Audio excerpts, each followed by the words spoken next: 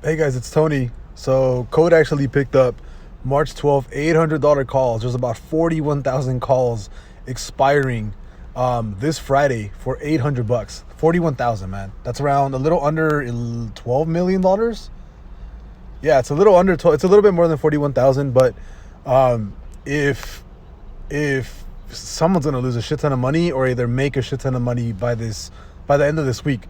Um, those calls were actually all those calls accumulated were worth around $9 million, which is what I posted like a couple days ago.